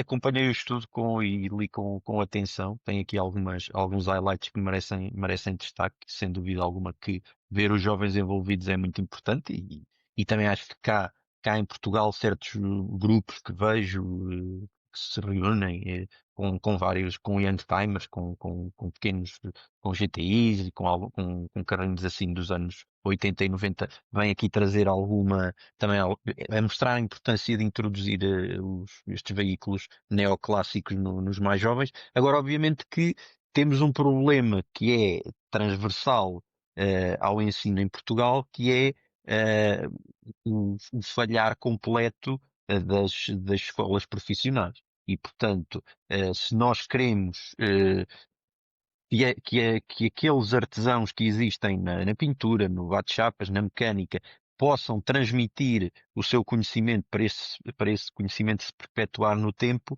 temos que fazer com que essas pessoas, enquanto ainda cá estão, passem isso aos mais novos. E os mais novos nos dias de hoje, a grande maioria deles vai para os cursos profissionais para fugir muitas das vezes às matemáticas, às físicas e a outras disciplinas nas quais não têm tanto aproveitamento. E, portanto, era importante que as escolas, e obviamente aqui isto tem que haver aqui uma descentralização a nível do ensino, que as escolas criem estes cursos profissionais a partir do nono ano, que é o que tem acontecido em algumas, que eu conheço, mas que é fundamental que depois essas pessoas que terminam esses cursos profissionais lhes seja dada alguma literacia, que é para a parte dos veículos clássicos e históricos, e que não os levemos apenas a terminar ou a ir para o estrangeiro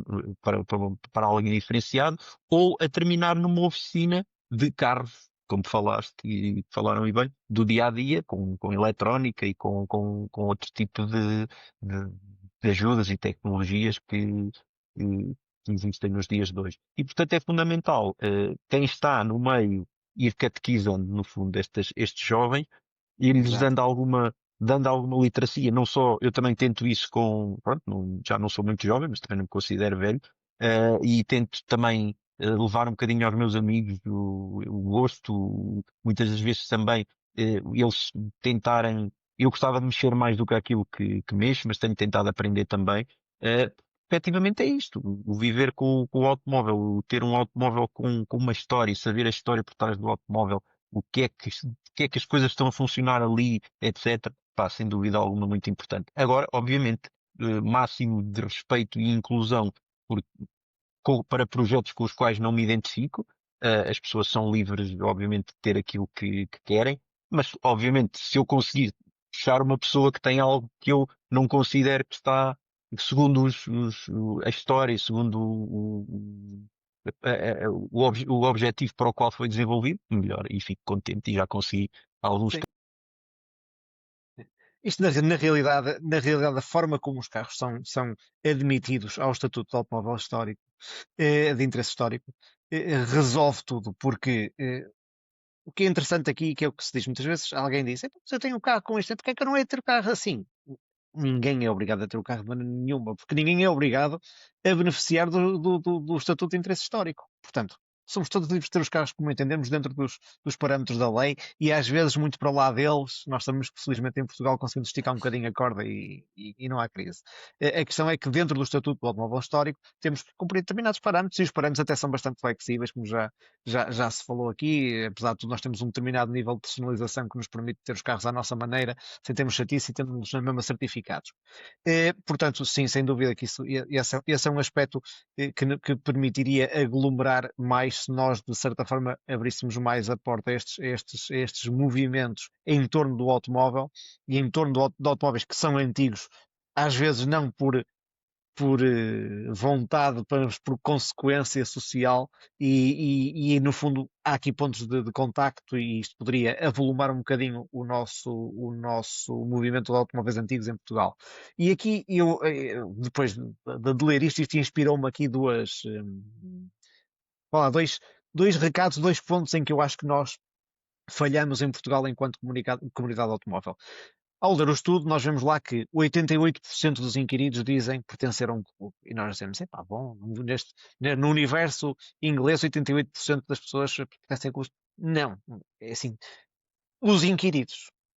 Os inquiridos. Porque é fácil chegar aos inquiridos, é fácil fazer um inquérito destes, porque no Reino Unido há muita gente, há muitos clubes e chega a um universo de pessoas suficientemente grande para termos aqui uma amostra de 16 mil pessoas que respondem corretamente a um inquérito de uma ponta à outra. Isto só é possível por causa dos clubes. Sem os clubes, nós somos todos, não somos quantificáveis, somos uns marginais, somos o tipo que a gente se cruza ali e vê um carro e diz assim, mas quem será este tipo? Será que ele pertence a alguma comunidade? Será que eu o conheço? Não é? Nós vemos um carro a passar, não sabemos, ninguém é ninguém, somos todos anónimos até pertencermos a um clube. E aqui fica um alerta para quem ouça, e eu farto-me de escrever isto, que é, pensem sempre, hoje em dia é muito fácil fazer um evento. A gente cria uma coisa no Facebook e criamos um grupo. E amanhã somos o grupo, não sei quantos, damos-lhe um nome qualquer bonito, e até conseguimos ter uma dinâmica brutal, e se calhar num evento conseguimos reunir 40 ou 50 carros, e o clube organizado reuniu 20. Mas isto aqui tem muito a ver, lá está, com esta disponibilidade dos jovens para aderir aos eventos e para estar e a vontade de sair e de usar os carros. Eh, Tem muito mais a ver com isso do que propriamente com o significado do que é um clube e do esforço que o clube faz. Eh, É fácil criar uma coisa informal e criar muita gente e criar movimentos grandes e fazer passeios e pôr 40 ou 50 carros na estrada, mas isso significa zero em termos de quantificação deste setor, e ao não formalizarmos a nossa relação com o automóvel antigo, ao não certificarmos as viaturas, ao não pertencermos a nenhum clube, nós podemos ser excelentes militantes dos automóveis antigos e a não estarmos a engrossar o movimento e não estamos a contribuir para ele. Porque, e isto devemos de falar nisto em edições futuras, porque ainda não temos dados suficientes para falar disto, mas eu não os tenho, mas vou tê-los.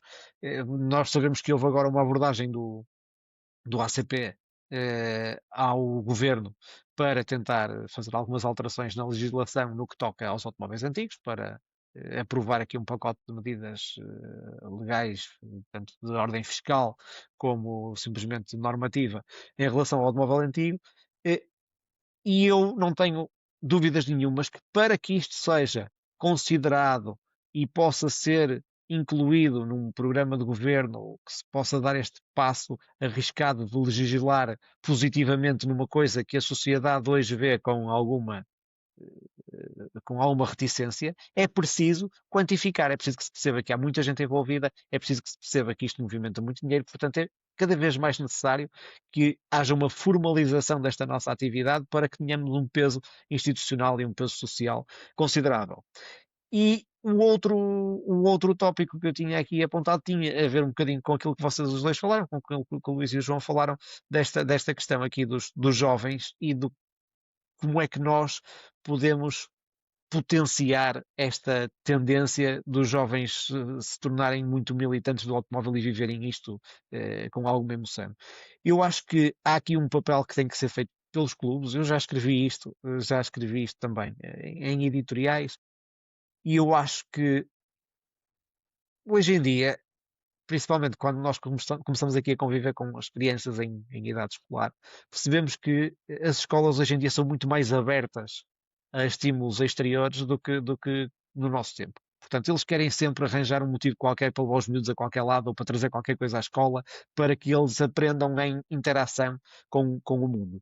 E eu não tenho dúvidas nenhumas que se os clubes de automóveis antigos, principalmente aqueles mais estruturados, começarem junto das comunidades escolares perto deles, a propor, olha, se nós levamos aí 5 carros antigos, paramos aí no pátio, deixamos os miúdos verem, abrimos, explicamos, falamos um bocadinho sobre a história do automóvel e a importância que isto teve na sociedade e como isto transformou a forma como nós vivemos, não seria um conteúdo interessante? E se calhar os professores que estão sempre à procura de coisas novas para explorar, dizem, olha, boa, agora podemos fazer aqui 4 ou 5 aulas em que usamos o automóvel antigo para dar a nossa matéria. É assim que as coisas funcionam hoje em dia. E nós sabemos que estes estímulos são muito fundamentais para que os miúdos hoje em dia tenham vontade de estar atentos nas aulas e de se interessar pelos temas. Portanto, há muita ciência e muita questão social que se relaciona com o automóvel e que num contexto escolar poderia ter interesse, e é uma excelente forma de nós criarmos uma maior aceitação do automóvel antigo na sociedade e também, com sorte, cativarmos alguns para se juntarem aqui à malta. A este propósito, se vocês não tiverem mais nada a acrescentar, e também nós vamos aqui gastando o tempo muito rapidamente, eu ia sugerir que nós passássemos a um dos temas que eu vos lancei aqui o repto, que era nós fazermos aqui entre nós, que somos doutos nesta coisa dos automóveis, fazermos nós aqui a nossa eleição Motorbest do automóvel histórico do ano. E o que é isto do automóvel histórico do ano? Isto é uma ideia que já estava aqui na minha cabeça desde antes de assistir o podcast, que é uma coisa engraçada, que é a cada ano entra um lote de novos carros naquilo que é a idade do automóvel histórico, não é? Nos tais 30 anos necessários para que um automóvel possa obter o estatuto de interesse histórico. E então, a cada ano, entram novos candidatos. Este ano que estamos a terminar, 2025, faz, portanto, 30 anos desde 1995, e eu fui ver aqui e partilhei convosco a lista dos automóveis que foram lançados em 95 e, como tal, este ano entram aqui na lista de candidatos a automóvel de estimação, ao automóvel que pode obter um determinado estatuto, ser utilizado com outras liberdades e que por isso ficam de alguma forma no radar dos colecionadores ou dos entusiastas que ainda não tivessem olhado para eles. E agora, entre nós, podemos ter aqui uma discussão saudável do que é que nós achamos que é efetivamente o carro que devia merecer o título de histórico do ano. E eu vou enumerar aqui a lista muito rapidamente. Claro que não é a lista total, porque eu excluí aqui coisas que efetivamente não tiveram um impacto histórico, ou se o tiveram, não era no sentido positivo, e fiz aqui uma shortlist que eu acho que aqueles em que vocês pensaram de certeza que estão incluídos neste. Aliás, 95 foi um ano bastante profícuo, porque tivemos aqui algumas coisas engraçadas. Vou começar por ordem alfabética. Tivemos os Alfa 145 e 146, com os seus defeitos, eram automóveis interessantes.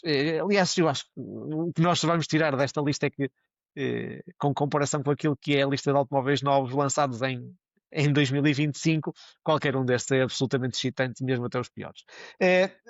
O Alfa 916, portanto o GTV e Spider de tração à frente, que na altura eram carros vistos com algum desdém, que já não eram os tradicionais. Hoje em dia olhamos para eles e aquele design é simplesmente fantástico. Carro um bocadinho menos interessante, o BMW Série 5 E39, aqui do António Almeida.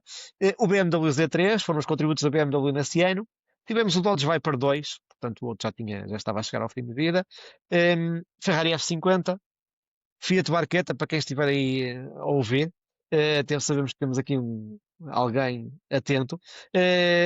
O Mercedes Classe E W210, um primeiro classe é num novo estilo, que por acaso, por coincidência, também temos aqui um proprietário entre nós.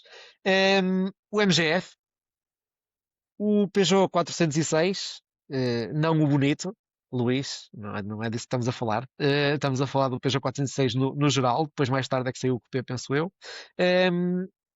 Suzuki X90, este pus aqui por piada, que era aquela versão parece um Civic Del Sol, mas com quase um Vitara. Um, e o que é que nós tínhamos? O Volkswagen Charan. Isto aqui foi só para apelar aqui à veia lusitana, porque era destes carros todos o único que era quase integralmente fabricado em Portugal. Um, e desta lista não temos aqui nada de especialmente exótico, não é? Ou seja, está aqui o F50 porque tinha que estar, foi lançado neste ano, mas eu acho que temos aqui alguns carros que têm em comum aquilo que vai faltar daqui para a frente, que é carros que eram banais, que eram carros que nós vimos todos os dias em grande número, qualquer pessoa, mesmo desinteressada em automóveis, podia comprar, mas que hoje olhamos para eles e são potencialmente interessantes enquanto automóveis históricos e são carros de culto. Eu gostava de saber as vossas escolhas e começo aqui pelo Luís Liberal, o nosso convidado. O desafio que lançaste foi super interessante, obrigou-me aqui a alguma pesquisa. Eu fui ao baú Muito bem, assim retirar é que é. aqui Muito bom. com a ajuda de um amigo, retirar a Lotomobile o catálogo do ano e, e viram na capa o F50 e eu, sem querer aqui ser megalómano, mas é a minha escolha. E é a minha escolha por uma questão que não tem a ver com o valor, mas que tem a ver com a incorporação da tecnologia de Fórmula 1, nomeadamente deste carrinho que está aqui atrás, do Fórmula 1 1990, 91, e da adaptação do seu motor depois ao F50, da utilização dos materiais compósitos. Eu acho que é um carro que esteticamente eu, por exemplo, até nem aprecio particularmente, mas pelo que significa do ponto de vista técnico, eu acho que ganha para mim o meu voto de carro do ano. Ao folhear esta automóvel, eu deixo-vos uma frase. 95 foi o ano do automóvel prazer.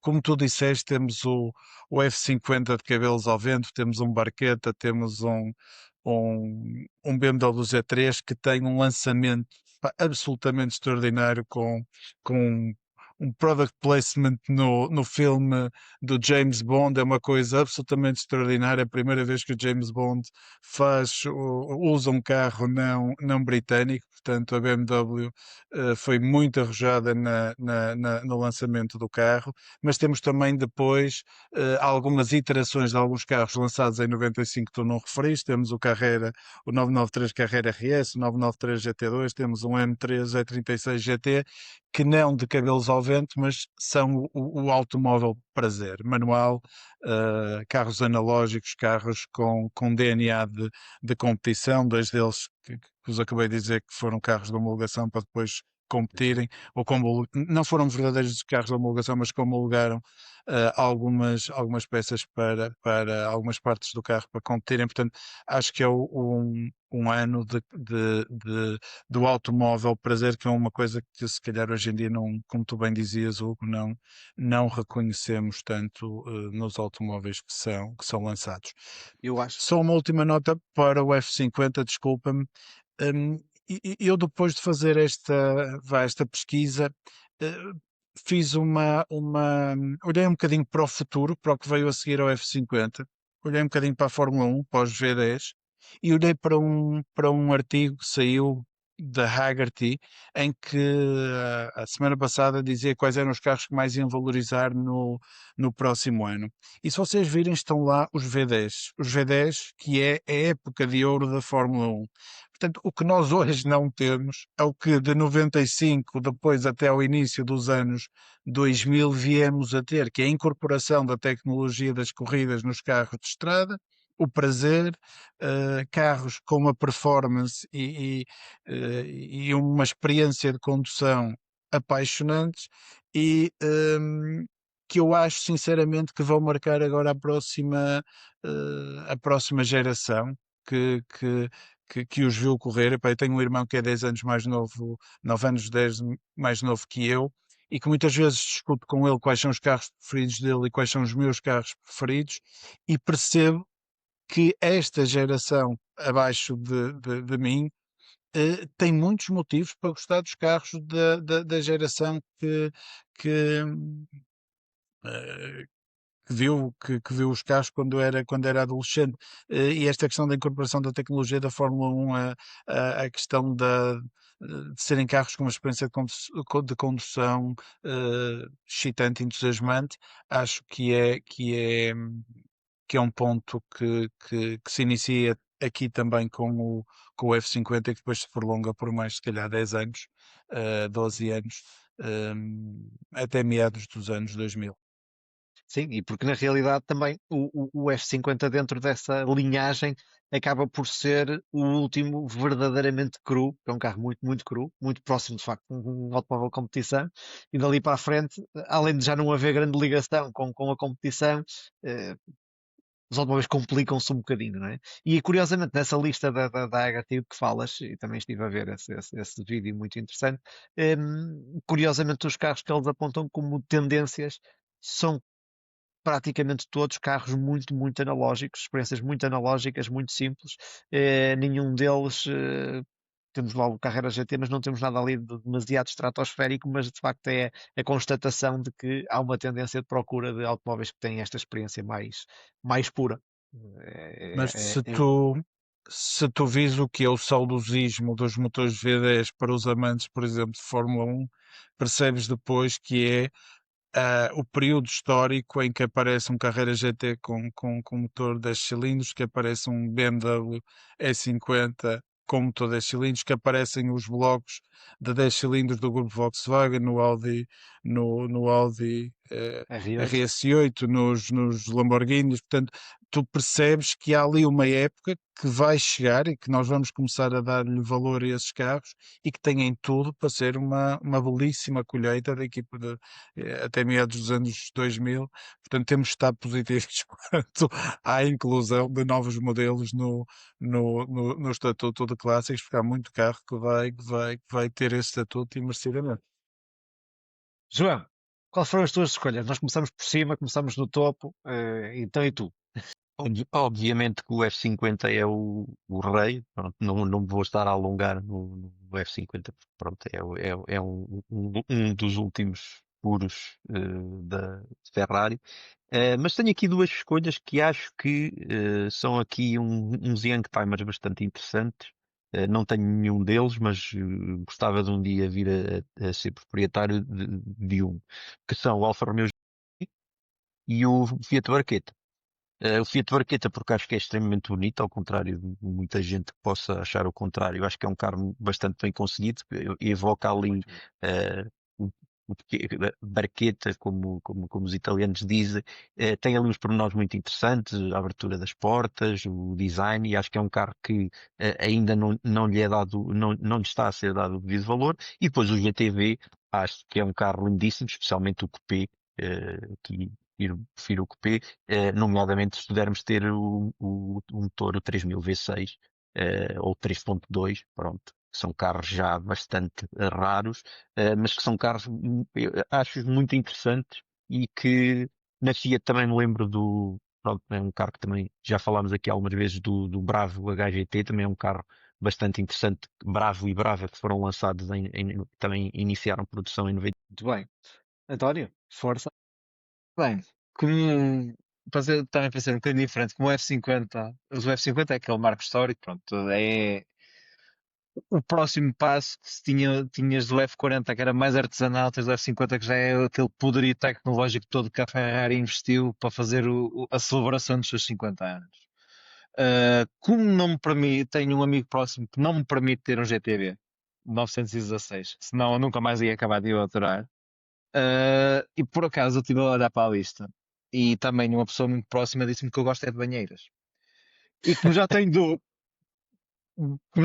duas na lista que tu disseste, eu tenho que ir para a outra que passou aqui pelo meio. Porquê? Acho que é o pináculo daquele estilo de carro. O poderio tecnológico de uma empresa para fazer o melhor automóvel, para tirar o seu rival, que foi sempre o topo do mercado durante décadas, e depois há uma pequena empresa que pega nisso e põe roda tudo para o máximo, um bocadinho acima, para aí nos 150%, que é o Alpina V12. Eu acho que é o dos sedãs mais bonitos alguma vez feitos. E é a última geração em que um carro de luxo era de luxo porque era bem construído e tinha tecnologia. Na geração logo seguinte, eles pensaram primeiro na tecnologia, depois iam ver como é que aparafusavam as coisas. E pronto, acho que isso foi a inversão de tudo o que se passava na indústria automóvel. Claro que as tecnologias, os processos produtivos melhoraram ao longo dos anos. Não se faz piores automóveis agora do que o que se fazia há 30 anos, mas houve muita coisa boa que se perdeu, que agora só se atinge em níveis estratosféricos, tipo Rolls-Royce, Lexus, daqueles de topo. Essa qualidade de construção nunca mais voltou a coisas mais normais. E eu acho que este V12 que eles pegaram, depois houve a versão de 6 litros que o alargaram, uma coisa descomunal num carro que está defeitinho, por assim dizer. Aquilo é um brutamontes que está por ali debaixo escondido. E pronto, é um daqueles automóveis super raros. Acho que, se eu não me engano, só foram feitos 96 unidades do 6 litros. E são automóveis fabulosos, lindíssimos fora por dentro. Aquilo é incrível. A base já era excelente. Exato, Eu, exatamente. eu acho que 95 é um ano particularmente engraçado, porque precisamente por causa desta diversidade de máquinas, e sendo certo que culturalmente, talvez o modelo que tenha tido mais impacto seja sem dúvida o F50, e aí concordo. Mas nós, a piada disto é que nós não estabelecemos parâmetros e não estabelecemos aqui porque é que para cada um de nós, um determinado carro, seja o clássico, o histórico deste ano, ou porque não. E eu acho que, de facto, em termos de impacto tecnológico e cultural, o F50 é o carro. Até porque isto só se repete a cada 10 anos, portanto é especialmente tentador nomeá-lo, mas esta não é a minha escolha. E não é a minha escolha porque, para mim, o critério aqui seria um histórico que vai ter influência no nosso meio. Ou seja, carros que as pessoas efetivamente vão ter, que hoje vão guardar como históricos e que poderá ter mais expressão, e mais expressão não é só o número de pessoas a tê-los, mas é ser um automóvel relevante no futuro enquanto clássico. 95 é um carro que eu acho que esta linhagem que nós apresentamos aqui, os carros de que falamos, reflete um bocadinho o eco já falamos no início deste episódio dos ciclos de produção automóvel, não é? Normalmente os impactos são a cada 5 anos, não é? Se decide fazer um carro agora, na melhor das hipóteses, daqui a 5 anos ele está cá fora, e nós aqui vemos perfeitamente uma onda de choque do MX-5. Não é? Quando o MX-5 sai em 89, eh, cria uma reação na indústria que percebem alto que afinal isto vende-se, se calhar é interessante nós fazermos uma coisa destas, e então vem tudo atrás. Não é? Temos a atualização do Spider com os 916, temos o Z3, temos o Barqueta, temos o MGF, todos a chegar no mesmo ano. E é efetivamente, como era dito aí na revista, o ano do automóvel prazer, e esta foi uma tendência que, estamos a falar de anos, houve anos em que se dizia, pá, já não se fazem carros interessantes, já não se fazem carros interessantes, e de repente só se começa a fazer carros interessantes, porque assim, todos os anos saíam modelos deste género a torto e a direito, e coisas que nós pensávamos, epá, fazer carros destes para quê? Ninguém compra. E de repente, afinal, toda a gente comprava. Né? Depois vem a Mercedes, com a SLK, e vem toda uma quantidade de carros, e continuaram a sair enquanto não houve um erro legislativo que impedisse a produção de máquinas deste género, continuou a produzir-se, continuou um crescente entusiasmo pelos automóveis desportivos e dedicados ao prazer. Claro que foram sempre evoluindo na perspectiva de serem mais utilizáveis no dia a dia, porque as pessoas querem conciliar, e isto foi um efeito muito bom, e foi eu acho que é um impacto MX-5 e criou estes modelos todos. E seria também tentador para mim escolher um destes carros. Eu se tivesse que escolher um destes carros, eh, sem dúvida, se escolhesse um destes carros destinados ao prazer, para mim era o Barqueta. E o Barqueta não só porque representa esta tendência que houve aqui, porque houve uma tentação muito grande dos fabricantes para ir um bocadinho para o retro design, mas há retro design, é retro design. Por exemplo, eu não consigo gostar de um BMW Z3, talvez consiga gostar daquele facelift, já acho alguma piada, mas acho que aquele carro é demasiado exuberante para aquilo que é. O Barqueta não é uma coisa perfeitamente equilibrada, com referências culturais e estilísticas de uma certa época do automóvel italiano, mas tecnologicamente moderno e, sobretudo, arrojado no sentido de que não tem compromissos. Quer dizer, não pensar, pá, um Roadster tem que ser um automóvel de tração atrás. Não, vamos lá fazer um tração à frente. E se me dissessem hoje, escolhe um Roadster, isto levava-nos aqui para outra temática que nós íamos abordar, mas já não vamos abordar, que é a escolha dos segundos melhores. Se me dissessem dentro do segmento do MX-5 qual era o segundo melhor, para mim é o Barqueta. É o único carro que é suficientemente competente, ágil, fiável, que não tem nenhum defeito muito grave neste segmento. Mais do que provavelmente um Z3 que tem um chassi muito flexível, mais do que um MGF que tem todos os defeitos que não vale a pena enumerar, embora eu ache um carro muito interessante. Portanto, seria essa a minha escolha se eu fosse cair na tentação de um desportivo. Mas não, para mim, a minha escolha, e eu não fui subornado pelo António Almeida, a minha escolha é mesmo o BMW E39. E é o BMW E39 porque é um modelo que depois veio a ter o impacto que teve na sua versão desportiva, mas retiramos isso da equação. Não é minimamente, isso é um sonho, né? Mas retirando isso da equação, para mim, o Série 5 E39 representa o que representou o Mercedes 124 para a Mercedes. E é um carro feito praticamente sem olhar a contenções de custos, não é? É um carro feito para ser bom. E claro que a gente sabe que isto não é a realidade nunca na indústria, corta-se aqui e ali, mas é um carro feito com todas as tecnologias que existiam no momento, todos os multilinks, essas coisas todas, mas ao mesmo tempo com um nível de qualidade de materiais e de montagem que deixou de existir, eu acho que mesmo a partir do E39. A Mercedes tinha, mas com o 210 já se nota ali uma quebra em relação ao 124.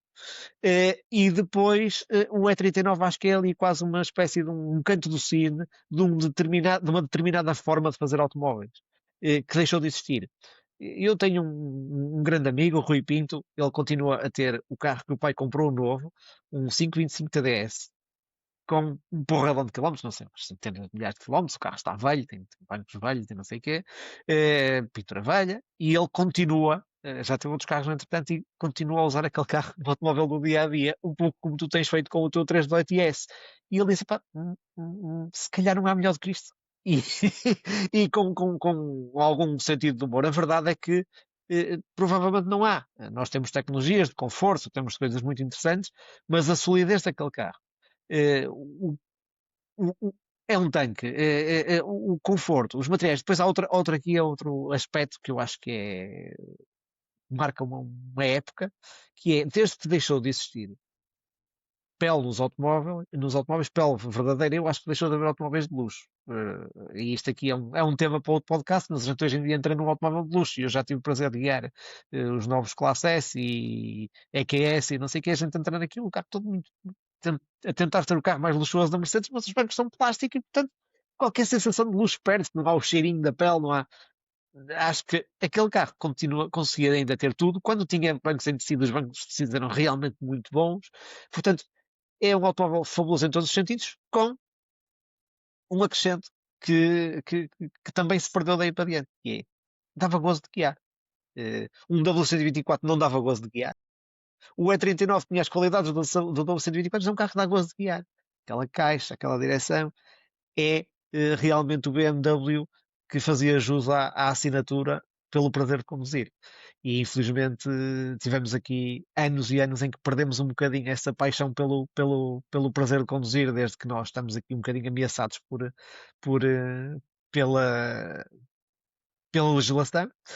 Já não se produzem carros que nos permitam pensar nisso, e também as tecnologias que nos garantem a segurança, que fazem com que o carro trave e controle de derivas sozinho e tudo mais, fizeram com que já não valha a pena tu teres um eixo multilink ou teres uma suspensão muito evoluída, porque depois vais compensar aquilo em eletrónica, e portanto aquilo marca um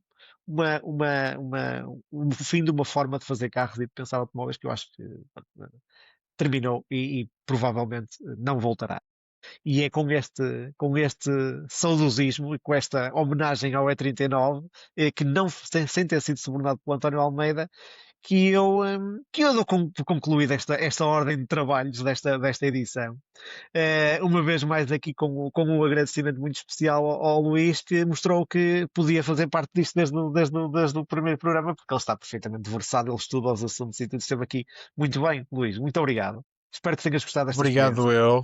Pá, gostei muito, sinceramente, e os desafios que tu nos deste para preparar um bocadinho o podcast foram muito enriquecedores, deram-me aqui pá, mais um bocadinho de cultura automóvel e fiz algumas pesquisas e para outra altura vos direi outras coisas, mas cheguei aqui a informações que não tinha, portanto, quando assim é, dou o meu tempo como muito bem Por bem entregue. Quero emprego. pesquisa, quero que estive aqui convosco. Obrigado a todos os três por me Muito receberem obrigado, aqui. nós, Luís, foi um privilégio.